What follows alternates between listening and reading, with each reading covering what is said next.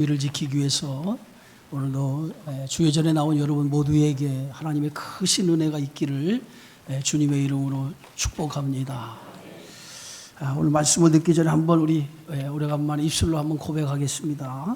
하나님의 말씀을 내 입술에 두고, 하나님의 말씀을 내 생각에 두고, 하나님의 말씀을 내 가슴에 두고 살아갑시다. 아멘. 2023년도 기준에 지구촌 인구가 79억 6,500만 정도가 된다고 합니다. 그 중에서 한 30억 정도의 인구가 하루 생계비가 $2 미만으로 살아가고 있다고 해요. 그리고 3분의 2가 극빈자로 200원밖에 안 되는 아스피린을 구하지 못해서 죽는 사람들이 많이 있다고 합니다. 우리는 화장실에 가서 소변을 보고 물을 내리는데 이 물이 아프리카에 사는 사람들이 하루에 쓰는 물의 양이라고도 합니다. 그런데 이런 것에 비해 보면 우리는 얼마나 풍요롭고 행복하게 사는지 정말 우리는 많은 복을 받았다라고 생각해 볼 수 있는데, 그런데도 우리가 감사하지 못하고 있다면 우리들은 그들보다 훨씬 못한 사람이라고 생각해 볼 수 있지 않을까, 저는 그런 생각을 갖습니다. 이 세상에는요, 세 종류의 사람이 있다고 그래요. 첫째는 사람은 구실을 하지 못하고 사는 사람, 두 번째는 자기만을 위해서 사는 사람, 그리고 세 번째는 남을 위해서 사는 사람이 있다고 합니다. 이 세 종류의 사람 가운데 가장 복 있는 사람은 어떤 사람입니까? 남을 위해서 자기 인생을 살아가는 사람이 어찌 보면 가장 복 있는 사람이 아닐까, 그렇게 생각이 되어집니다. 오늘 본문의 말씀은요, 우리가 너무도 잘 아는 말씀 가운데 하나죠. 5,000명이 먹고 12바구니가 남는 일명 오병이어의 기적에 대한 말씀이죠. 오병이어의 기적의 이 말씀은 얼마나 중요한지 사복음서에 다 기록이 되어져 있어요. 다만 조금씩 다르죠. 먹는 사람의 수만 약간씩 다르게 기록이 되어져 있어요. 마태는 여자와 아이 외에 5,000명이라고 기록을 했고, 그리고 마가와 누가는 남자만 5,000명이라고 이렇게 기록을 했으며, 요한은 5,000명쯤 되었다라고 이렇게 기록하고 있어요. 이 남자만 5,000명이니까 당시 사회적인 그 통념상 여자와 어린아이를 수에 계산하지 않고 있기 때문에 이 수를 더하여 계산을 한다면 한 15,000명 정도가 되지 않았을까 생각이 되어집니다. 그런데 15,000명 되는 이 사람들이, 대단히 많은 사람들이 예수님이 빈들에 계시다는 이 소식을 듣고 그들이 예수님을 보기 위해서 따라갔다는 거예요. 당시 예수님을 따른 사람들의 대부분의 사람들은 사회적인 약자들이에요. 가난하고 헐벗고 또 병든 사람들, 이런 사람들이 대부분의 사람들이었습니다. 어쩌면 그 시대 속에서 가장 사회적인 약자라고 할 수 있죠. 고통받는 사람들, 그들이 대부분이었는데 그들이 예수님을 보기 위해서 예수님이 계신 그 빈들에 찾아갔다는 거죠. 그런데 예수님께서 그 많은 사람들이 자신을 보기 위해서 찾아왔을 때 예수님은 그들을 바라보시고 오늘 성경에 보니까 불쌍히 여기셨다라고 이렇게 말합니다. 불쌍히 여기셨다라고 하는 것은 어찌 보면 예수님께서 긍휼히 여기셨다라고 하는 말이죠. 긍휼히 여기셨다라고 하는 것은 하나님이 인간을 바라볼 때 여기시는 마음을 이렇게 성경은 표현하고 있어요. 긍휼히 여기시는 마음. 이 긍휼이라고 하는 말의 다른 뜻은 사랑의 마음으로 바라보셨다라고 그렇게도 이해할 수 있죠. 부모가 자녀를 바라볼 때 항상 어떤 모습으로 자녀를 바라봅니까? 긍휼히 여기는 마음, 늘 사랑스러운 마음으로 자녀를 바라보는 것처럼 우리 예수님께서 그 많은 무리가 예수님을 찾아왔을 때 그런 마음으로, 그런 눈으로 그들을 바라보셨다는 거예요. 그런 마음으로 그들을 바라보셨을 때 그들 가운데 많은 사람들이 병으로 인해서 고통당하고 신음하고 있는 것을 예수님이 보시고 그들의 병을 고쳐주셨다라고 오늘 성경은 기록하고 있어요. 그런데 이렇게 많은 1만 5천 명이나 되는 사람들을 빈들에서 예수님이 대화를 하고 함께 더불어 생활하다 보니까 어느덧 날이 저무른 거예요. 저녁 때가 가까워졌어요.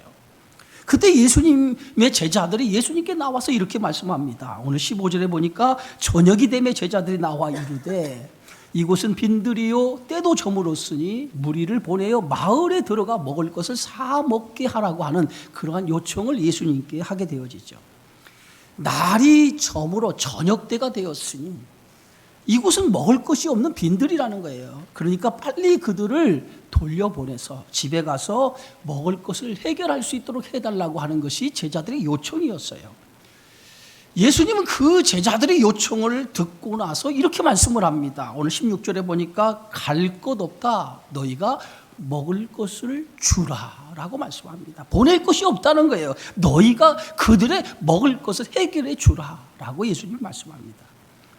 지금 제자들이 그 많은 무리들을 책임질 수 없기 때문에 예수님 앞에 와서 집으로 돌려보내라고 요청한 것인데 예수님은 오히려 제자들의 말을 듣고 보낼 것이 없이 너희가 그들에게 먹을 것을 해결해 주면 되지 않겠느냐라고 이렇게 제자들에게 말씀하신 거예요.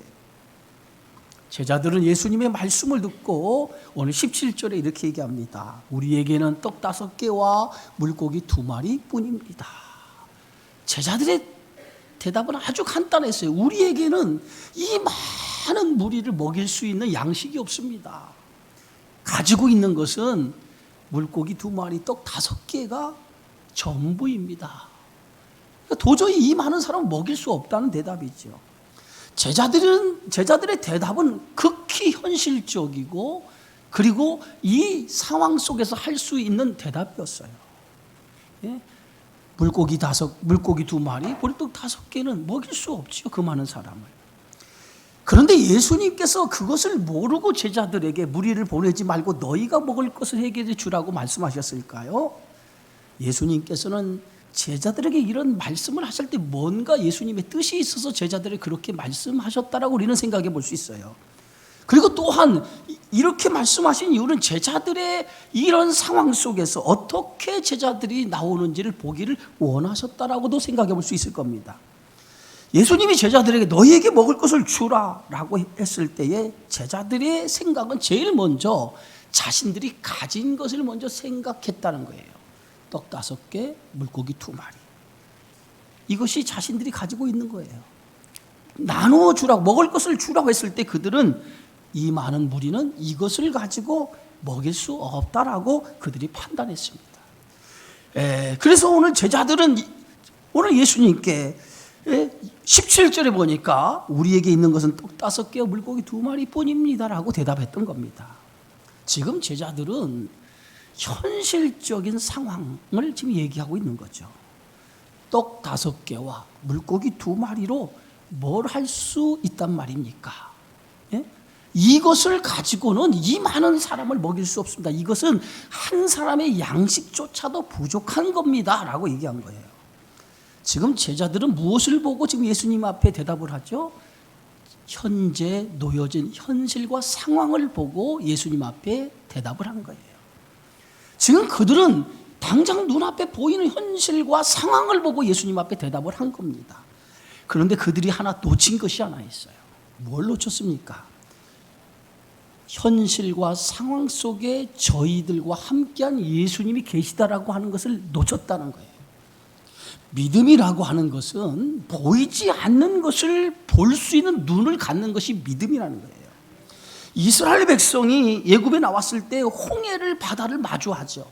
뒤에는 예국 군대가 쫓아오고 앞에는 홍해 바다가 가로막혀서 앞으로도 뒤로도 갈 수 없는 절체절명의 위기의 순간을 만나게 되어집니다. 그때 모세는 이스라엘 백성들에게 이렇게 외치죠. 오늘 출애굽기 14장 13절에 보니까 너희는 두려워하지 말고 가만히 서서 여호와께서 오늘 너희를 위하여 행하시는 구원을 보라. 너희가 오늘 본 애굽 사람을 영원히 다시 보지 아니하리라. 모세는 절체절명의 위기의 순간 속에서 뒤에 쫓아오는 애굽 군대를 본 것이 아니고 앞에 가로막히는 홍해 바다를 본 것이 아니라 그 속에서 자신들과 함께하는 여호와 하나님을 보고 있다는 거예요. 그래서 출애굽기 14장 14절에 이렇게 말합니다. 여호와께서 너희를 위하여 싸우시리니 너희는 가만히 있을지어다.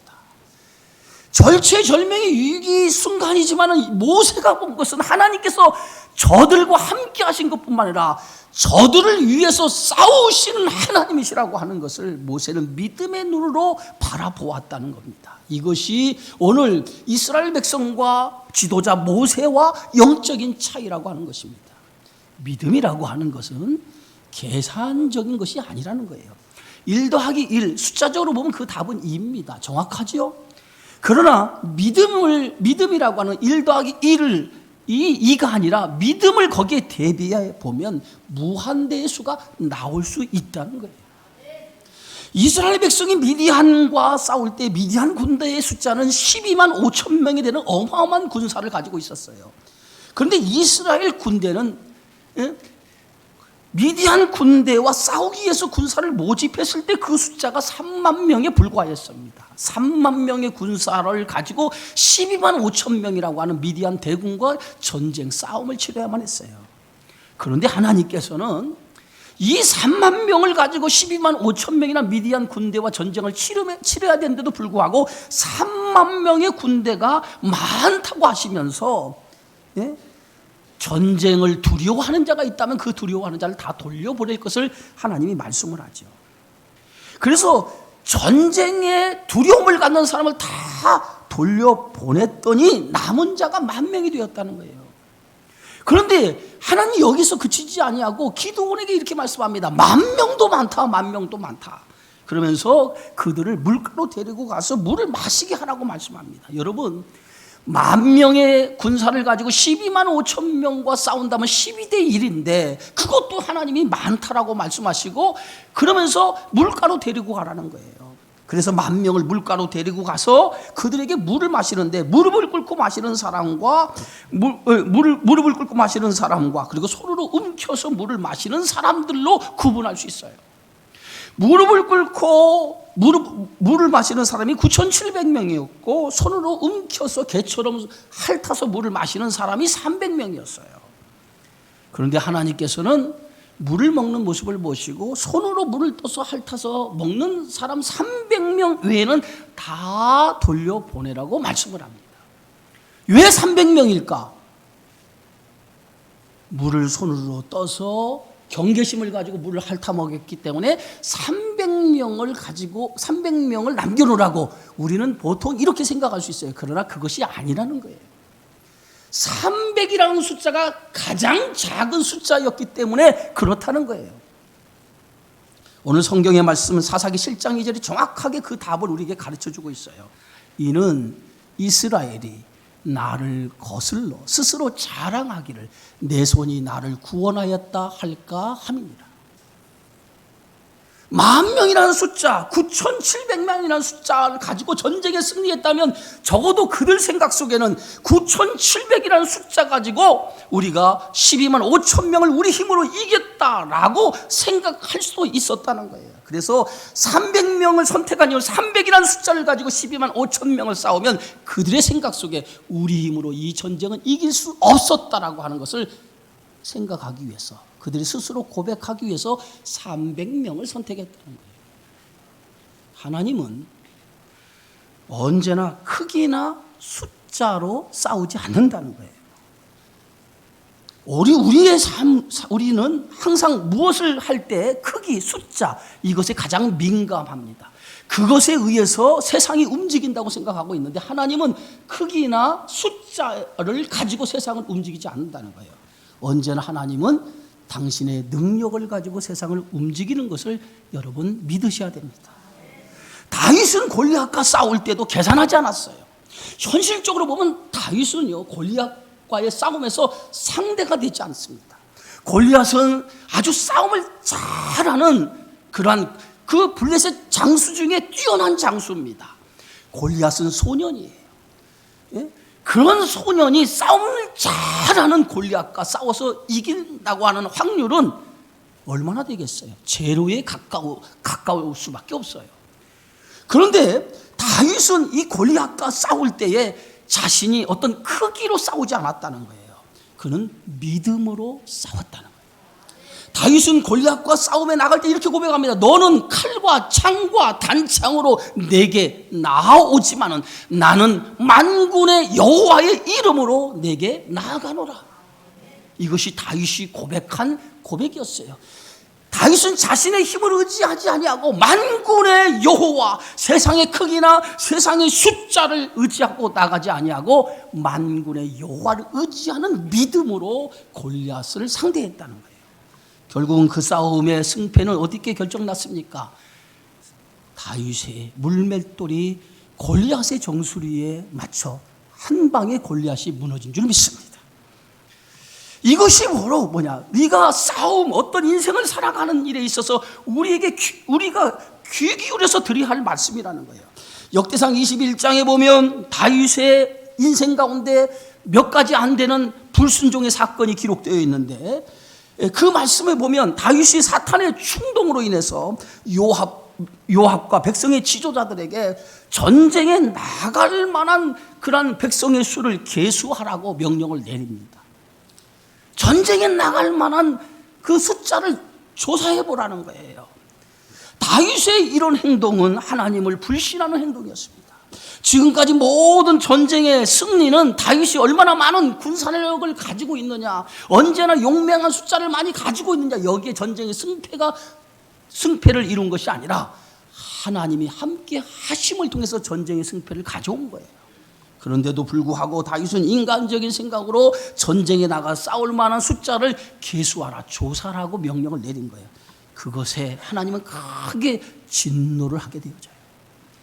그래서 하나님은 다윗에게 세 가지 중에 하나를 선택하라고 다윗에게 말하죠.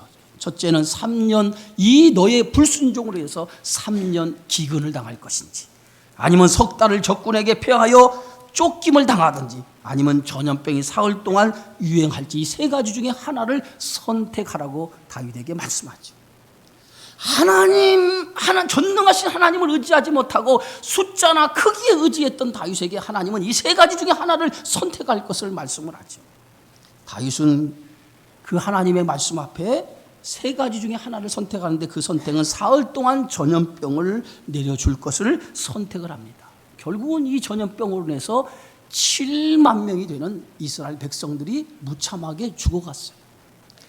한 사람, 다윗의 교만으로 말미암아 그 교만이 예매하고 무고한 백성 7만 명이 죽어갔다는 거예요. 다윗의 이런 잘못은 무엇이에요? 전지전능한 하나님을 의지하지 않고 믿지 못했던 결과였던 거죠. 믿음의 사람은요, 계산적으로 살면 안 돼요. 보리떡 5개와 물고기 2마리는 보이는 숫자에 불과하다는 거예요. 분명한 것은 그 안에 전능하신 하나님이 그들과 함께하고 있다고 하는 믿음의 눈을 갖지 못하는 것이 문제였다는 거예요. 여러분, 11조라는 게 뭡니까? 10것 중에 하나를 드리는 거 아니겠어요? 10개를 가지고 살아면 우리가 넉넉하게 살 수 있어요. 그러나 하나를 하나님께 드릴 때 우리는 계산적으로 생각하면 9것을 가지고도 훨씬 부족할 수밖에 없어요. 그러나 믿음이라고 하는 것은 9것을 가지고 살아도 더 넘치는 복이 우리에게 있을 것을 믿는 것이 믿음이라는 거예요. 일본에는요, 우리나라의 종로와 남대문 상인처럼 큰 상인 둘이 있다고 합니다.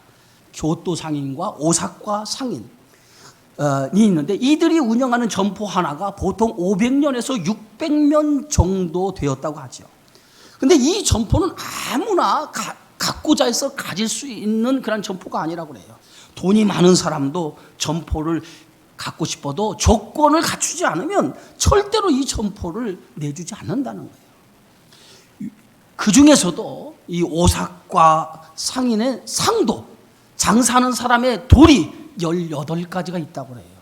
그 첫 번째가 뭐냐면, 이익만을 생각하고 계산하는 사람과는 절대로 관계를 맺지 말라. 이게 첫 번째 상도라는 거예요. 장사를 하는 사람들의 모든 사람들은 이익을 위해서 장사를 할 거 아닙니까? 그런데 오늘 그 상도의 첫 번째는 이익만을 생각하고 계산하는 사람과는 절대 관계를 갖지 말라는 거예요. 왜? 이익만을 생각하고 장사하는 사람과 관계를 가지면 갈등의 관계가 된다는 거예요. 사람을 위한 장사, 이것이 참된 상도라는 거예요. 이익을 생각하기 전에 사람을 먼저 생각하는 장사를 하라는 거예요. 그것이 첫 번째 상도 가운데 하나였어요. 그리고 15번째, 그 중에서 15번째가 뭐냐? 우는 소리 하지 말라는 거예요. 장사를 하다 보면 손해볼 수도 있고 이익을 남길 수도 있어요. 그러나 어떤 상황에서도 절대로 우는 소리를 하지 말라는 거예요. 이 말이 뭡니까? 계산하면서 장사하지 말라는 거예요. 바로 하나님의 말씀과 같지 않습니까? 믿음의 사람의 삶은 어느 숫자나 크기에 의존하거나 그것에 의해서 일일이 하지 말라는 거예요. 크기나 숫자는 보여지는 현상입니다.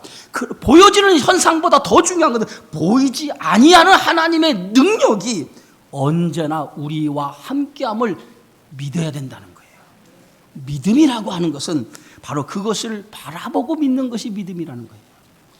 제자들이 지금 본 것은 뭐냐? 자기들이 가지고 있는 것을 보았어요. 보리떡 5개, 물고기 2마리. 그것을 그들은 보았어요. 그러나 그들이 놓치고 있는 것이 있어요. 그들과 함께하는 예수님, 그분이 얼마나 큰 능력의 주님이신지, 능력의 분인지를 그들은 생각하지 못했다는 거예요. 그런데 이런 모습이 제자들만의 모습일까요? 저와 여러분의 모습이라는 거예요. 우리는 언제나 내게 앞에 보여지는 현실만 바라봅니다. 예? 내가 가진 것만 생각할 때가 많아요. 우리가 믿는 나와 함께 하신 그 하나님, 훨씬 그 능력이 많으신 그 하나님을 보지 못하고 현실, 내가 가진 것만 보고 그것을 의지하고 살아가는 사람들이 우리 자신이라는 거예요.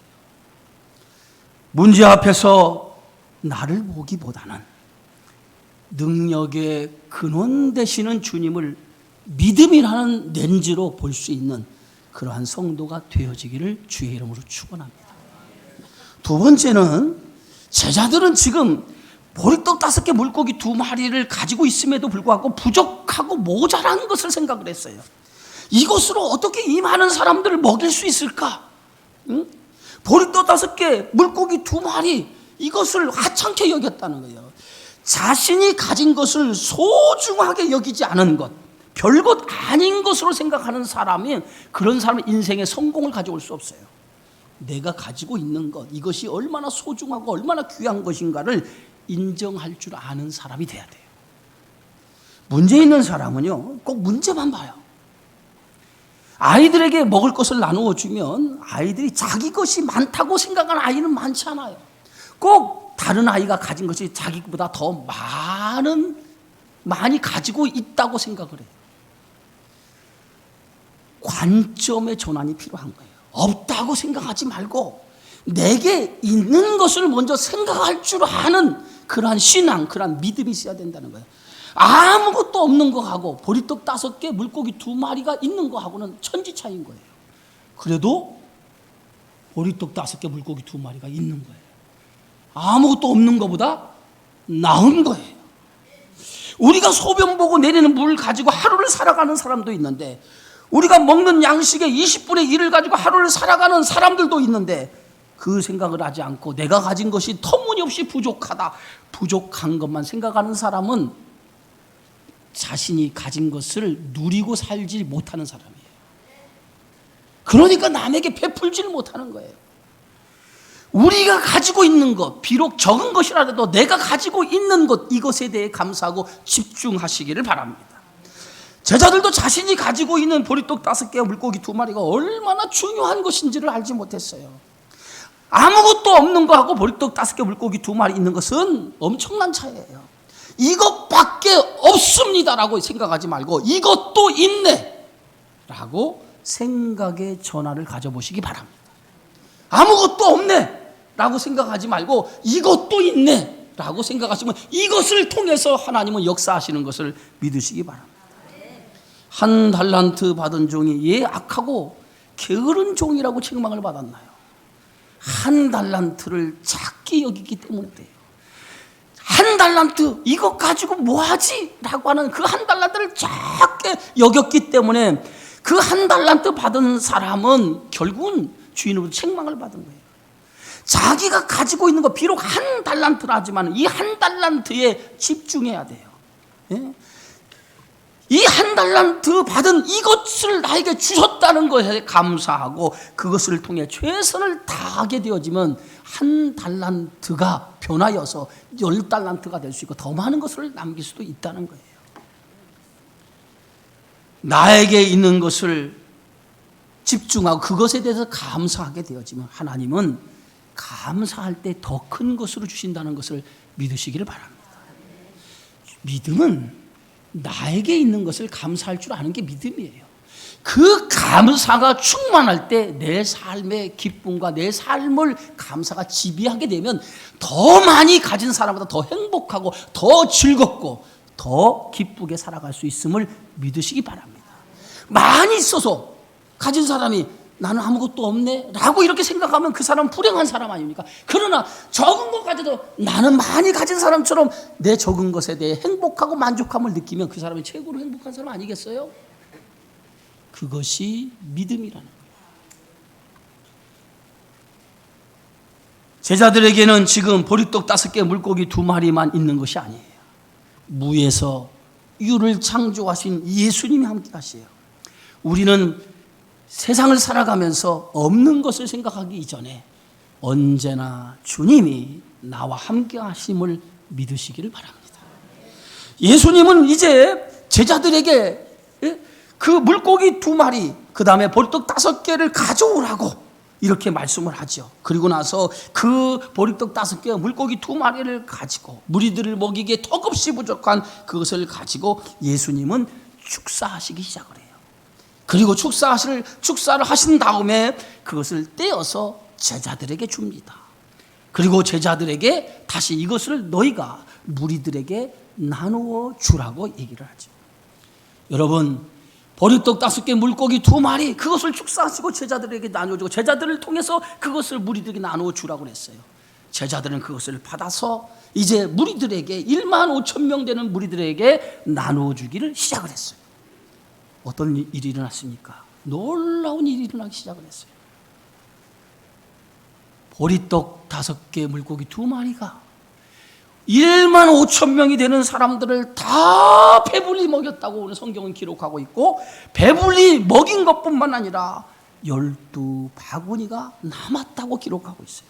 마태복음 오늘 21절에 보니까 먹은 사람은 여자와 어린이 외에 5,000명이나 되었더라. 사랑하는 성도 여러분, 믿음이라고 하는 것은 내가 가진 것만 생각하고 살아가는 것은 믿음이 아니에요. 내가 가진 것을 보기 이전에 내 안에 누가 계시는가, 나와 함께 하시는 분이 누구인가를 바라보고 믿고 살아가는 것이 믿음이라는 거예요. 언제나 우리는 부족한 것이 많아요. 이 세상에 아무리 많이 가졌어도 만족하십니까? 라고 생각하면 한 사람도 만족이라고 하는 얘기 하는 사람 없을 거예요. 늘 부족해요. 늘 연약해요. 그러나 연약하고 부족하지만은 훨씬 우리의 삶에 능력 많으신 분이 누구예요? 하나님이십니다. 그분이 나의 아버지 되시고 그분이 나의 하나님 되시는 걸 여러분 믿으신다면 여러분은 그 안에서 만족함을 가지고 살아갈 줄 믿습니다. 다윗은 시편 23편에서 이렇게 고백해요. 여호와는 나의 목자시니 내게 부족함이 없으리로다. 다윗의 인생 속에 얼마나 많은 굴곡진 인생을 살았습니까? 그 많은 굴곡진 인생을 살아가면서 다윗이 고백한 그 고백 속에는 뭡니까? 여호와를 내가 목자로 삼으니까 내 인생이 부족함을 느끼지 못했다는 거예요. 이게 믿음의 삶 아닙니까? 어떤 상황과 환경에도 여러분 현실을 바라보기 이전에 언제나 나와 함께 하신 하나님, 그 하나님이 나의 아버지 되시고 나는 자녀됨을 믿으시고 어떤 상황 속에서도 생각의 전환을 통해서 하나님은 내 편이신 것을 믿으면서 그 생각으로 세상을 살아가신다면 우리는 두려워하지 아니하고 내게 있는 것을 감사하면서 보다 더 나눔의 삶을 통해서 하나님께 영광을 돌리는 축복의 성도가 되어지리라 믿습니다. 그런 믿음으로 살아가는 저와 여러분의 삶이 되어지기를 주의 이름으로 축원합니다. 기도하겠습니다. 존귀하신 아버지 하나님 감사합니다. 오늘 오병이어의 기적을 통해서 다시 한번